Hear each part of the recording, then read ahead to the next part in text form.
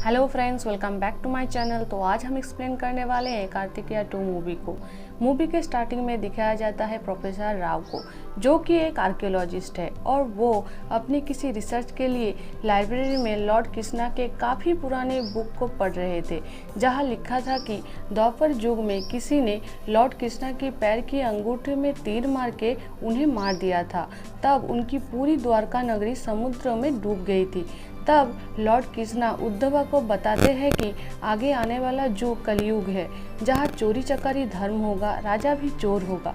कलयुग की इन विपत्तियों से रक्षा करने के लिए लॉर्ड कृष्णा उद्धव को एक कड़ा देते हैं।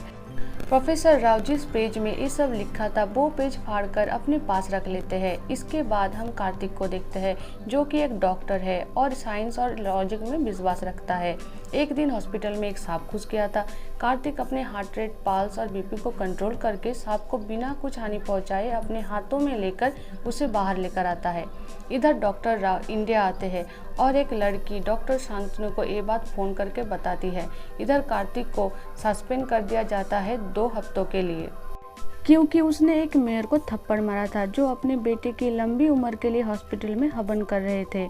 एक डॉक्टर शांतनु को कहते हैं कि एक वायरस है जो कि बहुत ही जानलेवा है। तो डॉक्टर शांतनु कहते हैं कि जल्दी से इसका एंटीडोट बनाना होगा, तभी वो पूरी दुनिया में राज कर पाएंगे। इस तरह प्रोफेसर राव को एक पक्षी की मूर्ति मिलती है।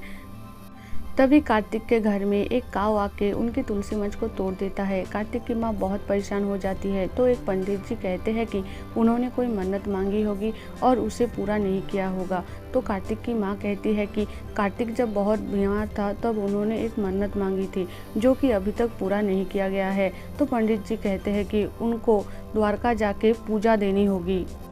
कार्तिक की माँ कार्तिक को लेकर द्वारका जाती है। कार्तिक जब द्वारका में डुबकी लगाता है तो उसे एक मयूर पंख मिलता है और ये एक संकेत है भगवान की तरफ से कि उसे एक बड़े काम के लिए चुना गया है। एक रात कार्तिक को प्रोफेसर राव मिलते हैं जख्मी हालत में। वो उसे कुछ बताना चाहते थे पर कुछ नहीं बता पाते।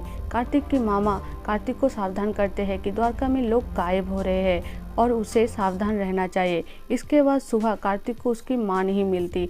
वो अपने माँ को ढूंढने जाता है पर पुलिस उसे पकड़कर ले जाती है और उसे प्रोफेसर की मर्डर के इल्ज़ाम में जेल में कैद करने की धमकी देते हैं, अगर उसने नहीं बताया कि प्रोफेसर ने रात को उसको क्या कहा था। तभी एक लड़की आती है और कार्तिक को एक चिट देती है। उस चिट में कार्तिक को खिड़की से भागने के लिए कहा गया था। कार्तिक वही करता है और उस लड़की की गाड़ी में वहाँ से भाग जाता है। वो लड़की कार्तिक को कहती है कि वो प्रोफेसर राव की पोती है मुग्धा और उससे पूछती है कि उन्होंने कार्तिक को क्या बताया था, पर कार्तिक कहता है कि उसे कुछ नहीं बताया। तभी एक आदमी उसे मारने आता है पर लॉर्ड कृष्णा की मूर्ति देखकर वो चला जाता है। ये बात कार्तिक अपने मामा को बताता है तो वो उसे किसी गुरुजी के पास लेके जाता है और वो बताते हैं कि जो भी कृष्ण भगवान के पास जाएगा वो उन्हें मार डालेगा। वो अभी ट्राइब से बिलोंग करता है, श्री कृष्ण के भक्त है, फिर भी द्वारकावासी इन्हें मंदिर में प्रवेश नहीं करने देते थे।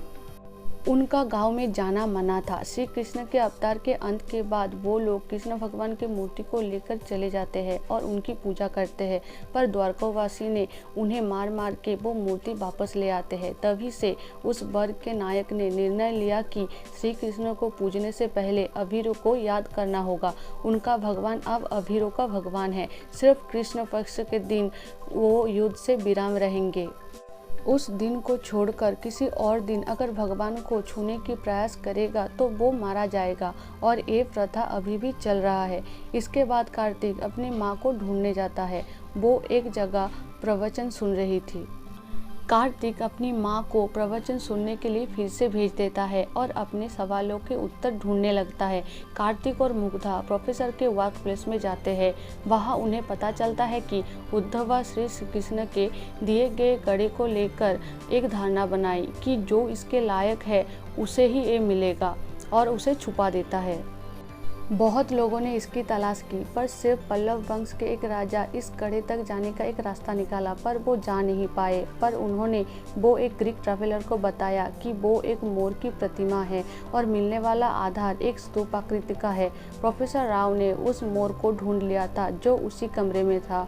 उससे ही मूर्ति को ढूंढा जा सकता है। उन्हें वहाँ कृष्ण तालाब की फ़ोटो दिखती है और वो उस तालाब में जाते हैं। इस तरफ डॉक्टर शांतनु प्रोफेसर को बहुत टॉर्चर करते हैं, पर वो कुछ नहीं बताते तो उन्हें डॉक्टर शांतनु मार देते हैं। कार्तिक को उस तालाब में वो मोर मिल जाता है, पर डॉक्टर शांतनु के आदमी वहां पहुंच जाते हैं वो मोर लेने। कार्तिक उन लोगों को बहुत मारता है और बाकी की जर्नी के लिए निकल पड़ता है। मोर के पीछे एक क्लू था जिससे उन्हें पता चलता है कि उन्हें गोवर्धन पहाड़ जाना है। फिर वो मथुरा जाने के लिए सुलेमान की गाड़ी लेते हैं। वहाँ उन्हें एक गुफा मिलती है जहाँ उन्हें एक टेलीस्कोप मिलता है। वो लेके वो गाड़ी में रात बिताते हैं। सुबह उठकर देखते हैं कि वह मुग्धा नहीं थी। तभी डॉक्टर शांतनु और उसके आदमी आके उन्हें लेके जाते हैं और उन्हें वहाँ पता चलता है कि मुग्धा वो टेलीस्कोप लेके भाग गई। डॉक्टर शांतनु कार्तिक और उसके मामा और सुलेमान को वही मरने को छोड़ के चले जाते हैं। इसके बाद वहाँ मुग्धा आती है और उसे बताती है कि वो मदद लेने गई थी। मुग्धा कहती है कि धन्वंतरी नाम का एक व्यक्ति है जो कि उनकी मदद कर सकता है, तो उनके पास जाते हैं वो लोग।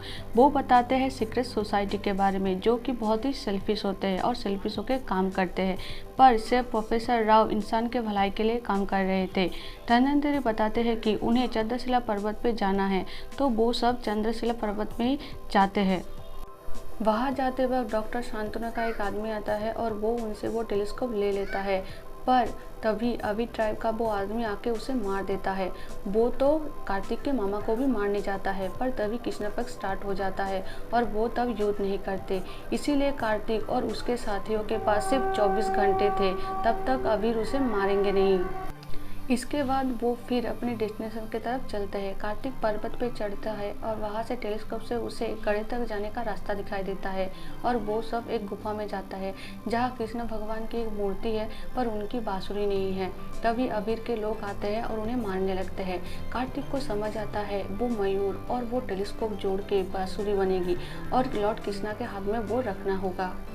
कार्तिक उनसे लड़ते हुए उस बांसुरी को लॉर्ड कृष्णा के हाथ में रख देता है और नीचे एक दरवाज़ा खुलता है। अबीर के लोग वहां दौड़ कर जाते हैं, पर वहां बहुत सारे सांप थे जो उन्हें डस लेते हैं। कार्तिक अपने जूते उतार के अपने हार्ट बीट, अपने बीपी कंट्रोल करके आगे बढ़ता है और सांप उसे कुछ नहीं करते और उसे वहाँ वो कड़ा मिल जाता है।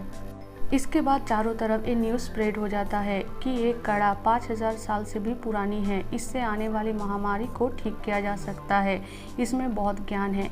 इसके बाद हम कार्तिक को देखते हैं जो सबसे कहता है कि हमारे जो पुराण है वो सिर्फ कहानी नहीं, हमारी हिस्ट्री है, वो हमारे गॉड नहीं एंसेस्टर है। डॉक्टर शांतनु कार्तिक को सीक्रेट सोसाइटी में लेना चाहते हैं, पर वो मना कर देता है। डॉक्टर शांतनु को अबीर के आदमी आके उसे मार देता है। कार्तिक फिर से अपने रिसर्च में लग जाता है, देश विदेश घूमता है और यहीं पर ये मूवी ख़त्म हो जाता है।